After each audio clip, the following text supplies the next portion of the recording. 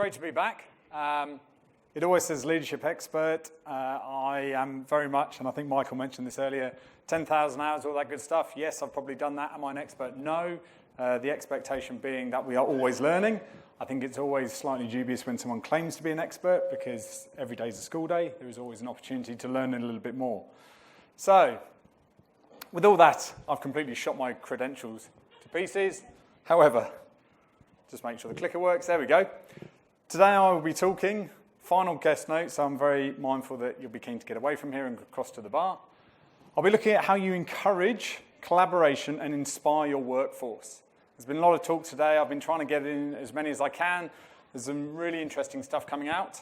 But from my angle, it is very much looking at it from the leadership perspective. I have forged my career through the military, and that's where it all started. And that's where I got my first exposure to what leadership can look like. The reality being, you're in a very fortunate place when you train with the military, particularly as an officer. You spend your first year just learning how to lead a team. Okay? Nothing else. There is no expectation other than to learn how to lead your teams. How many industries do you know that actually do that? The reality then being that when you step into the corporate world after 9 years service, it's a bit of a shock, realizing how little emphasis is placed upon leadership. So hopefully today I can share some of these insights to try and encourage that collaboration and inspire your workforce. Start with this because I think it's very key to understand that this is where I come from, and if you are a good organisation, this is something that you will bear in mind whenever you are trying to employ new leaders or when you are trying to drive strategy or an operating rhythm. Leadership is that central enabler. Okay? It sets the tone for the organisation and it is integral to the cultural foundation. It's frustrating when you're in a leadership position and you are dealing with individuals who don't want to work, who don't agree with what you're trying to do. They struggle to see the vision of the organisation. They struggle to see your vision. They don't want to get on board with the culture. The reality is, though, it is your job to drive that, whether you want to or not. But leadership is not an easy journey, okay? And you're not just born. You hear these quotes, oh yes, well he was just born to be a leader. No one is born to be a leader. My own experience, at the age of 23, that's when I started in my military career. At the age of 24, I took my first team of 30 soldiers. My prior leadership experience was being the captain of the under-15 rugby team for one game that we lost. It happens. I wasn't a natural leader. But then, how did I get there? Did I start as a natural leader when I joined the army? No. Have I become one now? I've got better at it. Why? Because I've learned from trial and error and from experience. Within the business world, and I was chatting to Taz earlier on about this, Workforce.com is a prime example of that. Okay?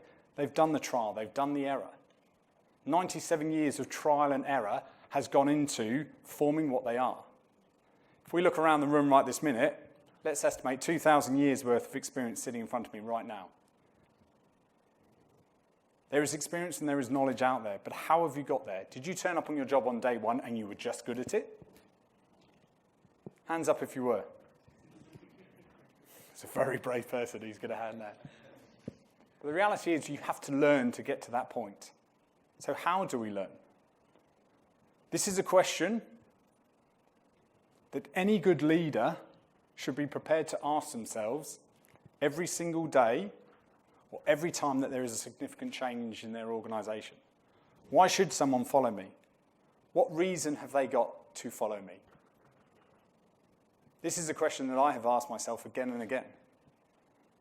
The trial, the experience, the knowledge, it's all got me to a place, but every single time I'm asking, why is someone going to follow me? These points here can be applied just as much in the battlefield as they can be in your organisation.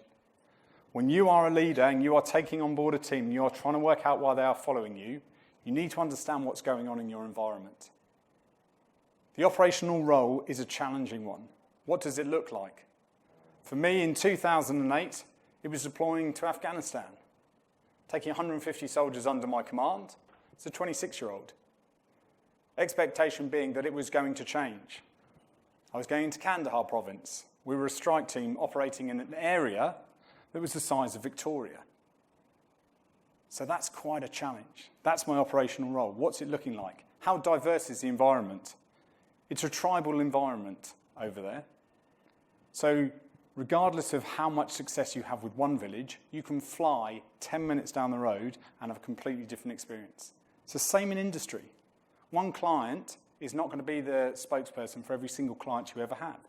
They are diverse. They have different challenges. There are different problems that you need to face. How many times have staff got frustrated about the limited resources? We haven't got enough technology. We haven't got enough iPads. We need more paper. We need more access to things. We need more licenses. It's the same for us. We had 7 months over there on limited resources. Food was running out. Water was running out. When you were cut off from your supply chain, you could go 3-4 days without any fresh rations. We did 2 weeks without fresh rations. That was the reality of it. We were limited on resources. You ran out of communications. Imagine not being able to talk to the plane that was flying above you, bringing in all of the heavy firepower that you needed because the batteries are flat. I had a friend who had to use his personal mobile phone to ring the pilot. And the way he did that was he rang back to base. Then the base put him onto the speaker, and then they connected it so that he could call in a fire strike using his mobile phone. How terrifying is that in a modern fighting force? But these are the challenges, the limited resources that are available to people. Your fluctuating team. If you're working in a large corporation, there's a good chance that you'll lose 3 staff members and you'll get 3 new who just turn up. HR have recruited them for you. Have you ever met them before? Potentially not. Have they got a skill set which is just what you need for your team? Great, in they come. But it's a fluctuating team. You've got very little say on what's happening. How well do you know them? How much of an impact is that going to have on your culture and your team? I started with 150, I ended up with 1,000. You've got 1,000 individuals reporting to you, directly, indirectly, all with different backgrounds, all with different experiences. I was working with the British, I was working with the Afghanis, I was working with the Americans, I was working with the Canadians, we had a few of the Aussies out there, I was working with the Polish. How diverse is that as a fluctuating team? It's exactly the same in your organisations when your teams are fluctuating and changing.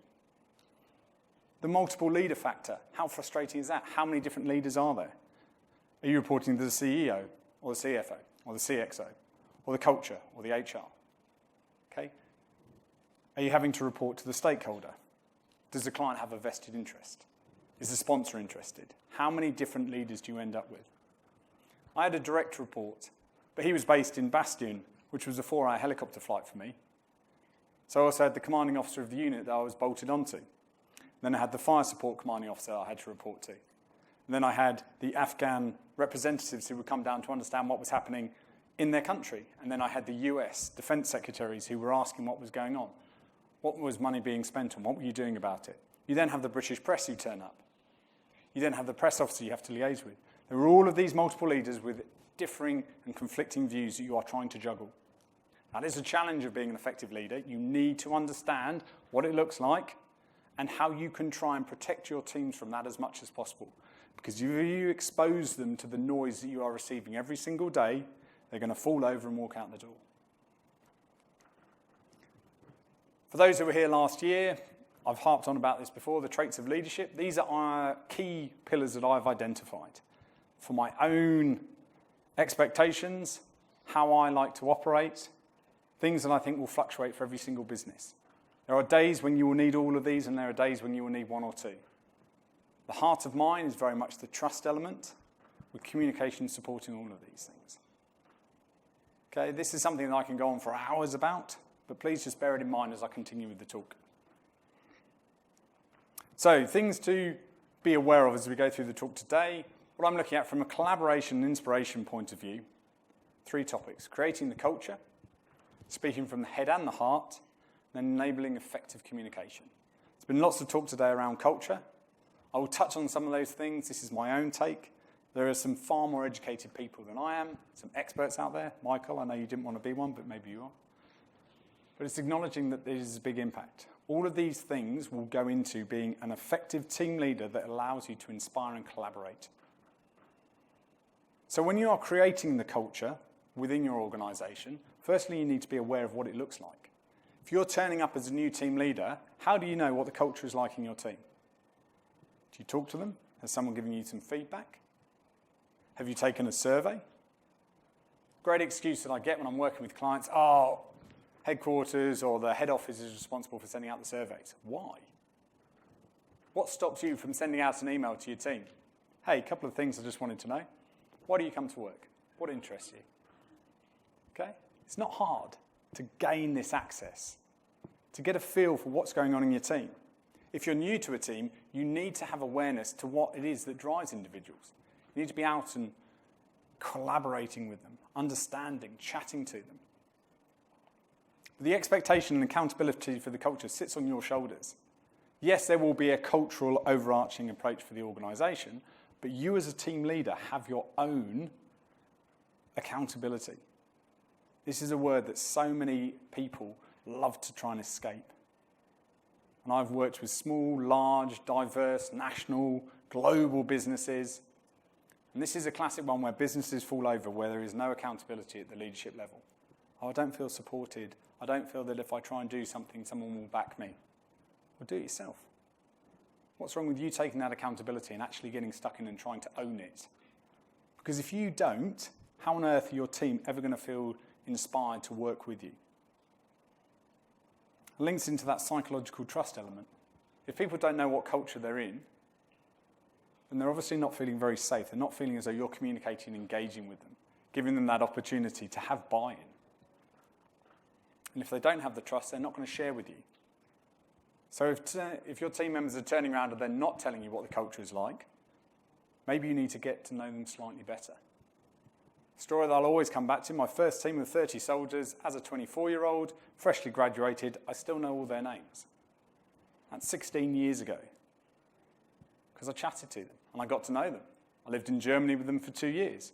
Some came, some went. But I got to know them. I chatted to them.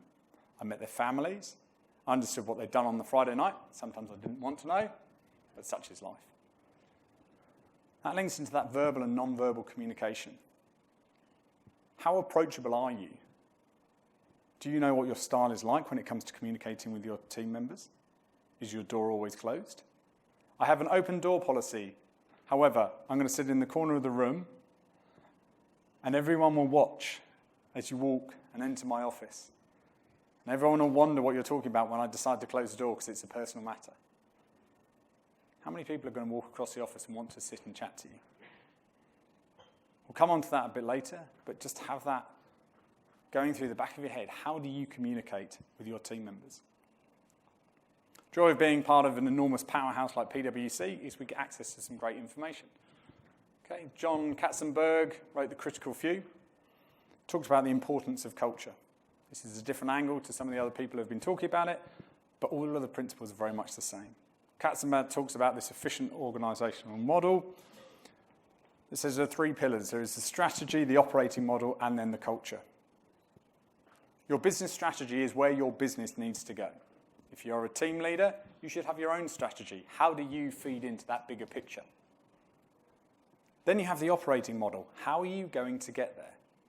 What is the route that staff are going to take to get to that end point? And then you have the culture that brings it all together. That is what it is that's going to make people get up and go. I can guarantee you that standing there saying, by the way, guys, we need to storm this machine gun post. The way we're going to do it is you're going to go up the front, I'm going to go up the left, you're going to go up the right. We're quite comfortable with that? Away we go. I've got the strategy, I know where I need to go. I've got the operating model, I've told them what they're going to do. What do you think the likelihood is of them stepping over the cover of where they're sitting and running into open fire?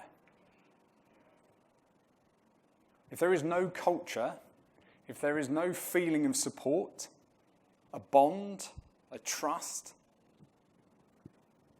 then how on earth am I going to get them to do that? And you may be sitting there going, why on earth would anyone ever do that? I've seen it happen. That trial and experience is bloody hard work. I've got friends who have done absolutely outstanding things leading teams. A friend of mine was shot while he was undertaking that kind of order. He punched himself in the chest to hemorrhage the bleeding and kept going. That's slightly heroic. The fact was his signaller was following him when he did that and kept going and supported him.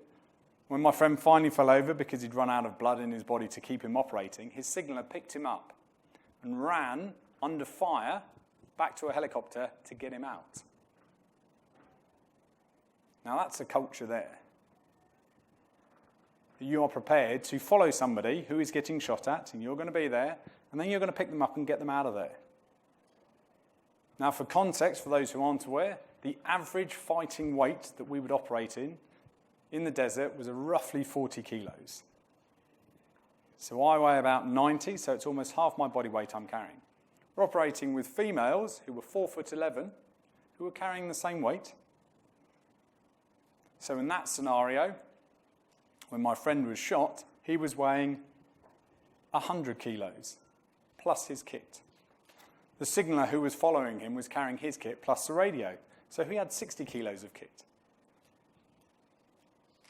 So you have an individual with 60 kilos of kit on his back, then picking up somebody who weighs 100 kilos and running under fire.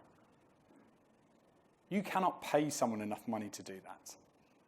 I can guarantee you, the average soldier who deployed to Afghanistan from the British Army was on the equivalent of £18,000, which, give or take, translates to about, $30,000 these days? Okay. We don't get tax rebates. Or we do, but it's pittance. So we don't get tax-free breaks.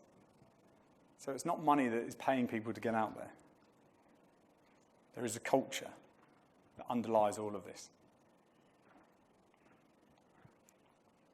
Katzenbach talks about these key components of how you create that culture, the traits, okay, the characteristics of how people behave. What are the traits that you will tolerate in your organisation? Is it safety? Is that a trait that you want to have? Is it innovation? These are the characteristics. These are the one-worders that you want people to work towards. Once you've got those, you can then have the behaviours. Okay, what do people do on a day-to-day to actually demonstrate those traits? So if you decide to have safety as one of those traits, the behaviour is that they're checking up on each other. They're not walking past something that they have seen that could be dangerous. Bits and pieces like that. It's small, but it's meaningful. It builds trust. If we've all agreed on the safety and we're going around and we can see people are actually taking an interest in one another, then you're going to start building a bit of bond, a bit of that psychological trust. You have the authentic informal leaders who will help you on that journey. Okay, those are the people within your organisation who don't have to be in official capacity as a team leader, but they're pretty good when it comes to EQ. Okay, they are able to read a situation. They are somebody who will get out and they will know other people in the team and they'll be happy to drive and initiate some of these plans that you've got going. If you're trying to change your culture, you need to engage these individuals. The exemplars do it well and show how others have to do it. The exemplar out there is someone that you want to get on board and say, hey, this is what we're trying to achieve. This is how we can demonstrate better practice. This is how we can get the behaviours going. Other people look to them because they are those authentic informal leaders. You've got the early adopters, the individuals who are quite happy to jump on board and try something new. You've got the networkers who know everybody. If you work in a big organisation, particularly professional services, it's normally the EAs. Okay? If you get to know the executive assistants, they know everybody because they have to. Getting people like that on board can be fantastic for your business if you're trying to change the culture. And then finally, you've got the pride builders, the people who go around and actually just smile and tell everyone how they're doing a great job. Which is extremely important when you're trying to change a behaviour. Hey, you're doing a great job there. It was really good to see how you interacted there today. It's not your job as the leader to constantly do that because it becomes repetitive. If you want it to work effectively and change the culture, you need to bring others on the journey. And then finally, you've got the measurement. Whatever you're looking to put in place, you need a way to measure it. If it's safety, how many incidents were we having? How many are we now having? How many conversations are we having about how we can improve this?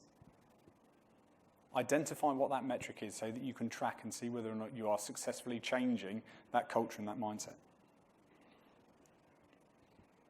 The good old multi-generational workforce. They impact on this culture because they're all different.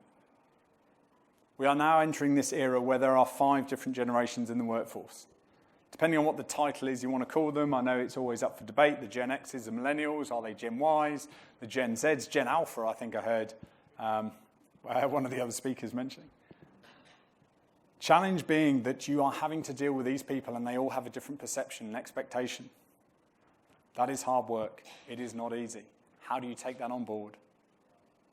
How do you communicate to them? How do you get them moving? Because they will have their own approach and their own mindset towards these things. Speaking from the head and the heart is one of the easiest ways you can demonstrate you're being genuine about what you want. That authenticity is very easy to read. You know if somebody is lying to you. You know if someone doesn't believe. You need trust and connection. You need to build on these things to be able to actually engage people. But it's a balancing act. It's not easy. It's very hard to try and get across the most important critical things from a practical perspective, balanced against the emotional. And you need empathy, which is one of the hardest things teams tend to grasp. Trying to understand what other people are going through and their challenges. And it's exactly the same approach when you're dealing with high-performing teams as dysfunctional teams. The high-performing teams are there. They have a culture. They know what they want to do, and they're bloody good at doing it. You need to step in, and you need to be honest. You need to make sure that whatever you're telling them is genuine, that you believe it, because they will see straight through it, and they will leave you in the dust, and they will keep going. Operating with paratroopers is one of the highest levels that you can achieve prior to the Special Forces step up. They are bloody switched on. They have fought hard to get their positions, and they will eat you alive if you're not prepared to do it. And there are plenty of businesses out there that take exactly the same approach.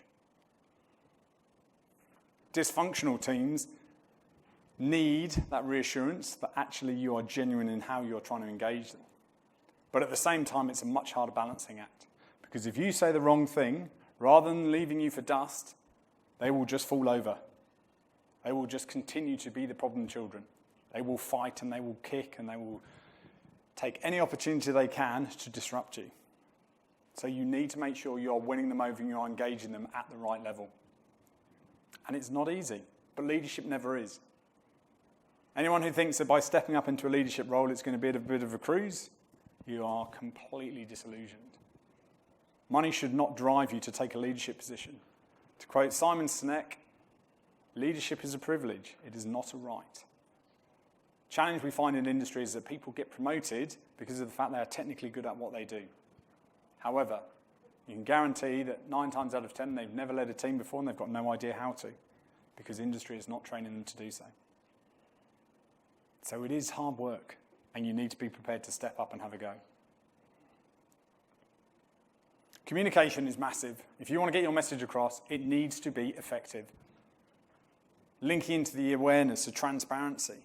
How many times, and I've heard it a couple of times today in talks, a business is not transparent in what's going on.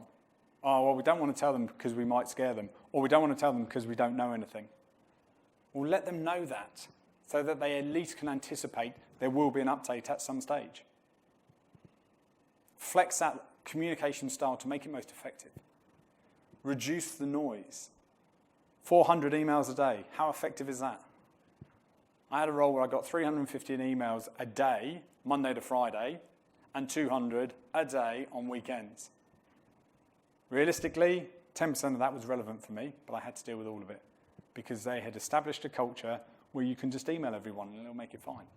And that was in the military, so that's rather depressing. How would you communicate to these different groups?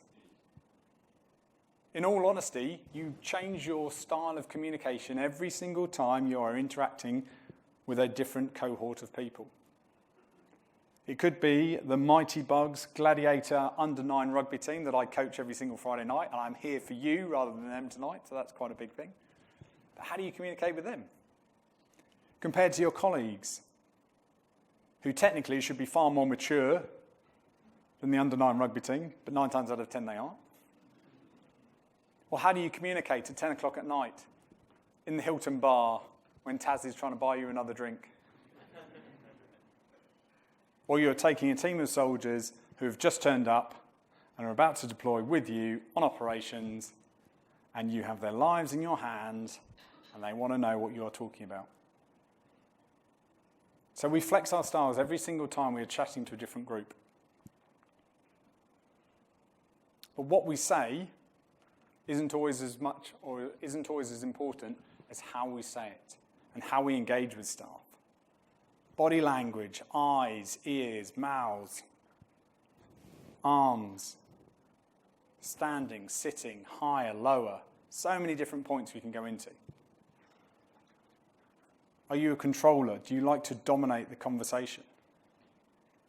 Will you not back down from those people who like to bully, think they know what they're doing? Or do you just give up? How many times have you looked around an office at a meeting and seen people dozing off on their phones? How many times have you had to stand up on stage and watch people and think to yourself, are they listening to me? Have they had enough? But people's body language says a lot, and if you're not picking up on those things, you're missing out on so much information. It will give you a good idea if your message is hitting home, if what you are trying to say is working. The power of active listening. You should listen more than you talk. I wish my mother had learned this. It's a challenge, though. We've got so much information. You know what you're doing. You actually want to tell everybody everything. But you need to take the time to step back and listen to what they are saying. And really listen. Do not stand there and think to yourself, right, okay, what are we having for dinner? What am I going to watch tonight? It's a Friday night. What do I want to drink? They've stopped talking. Yes, I really agree with everything you've said. How off-putting is that? How frustrated do you get when you can see someone doing it to you? I've just got to send this message. Keep talking, I'm listening. Are they? If you're a team leader, if you are going to have a genuine conversation with staff, then take that time and listen and learn their language. Because you can pick up, again, on so many things.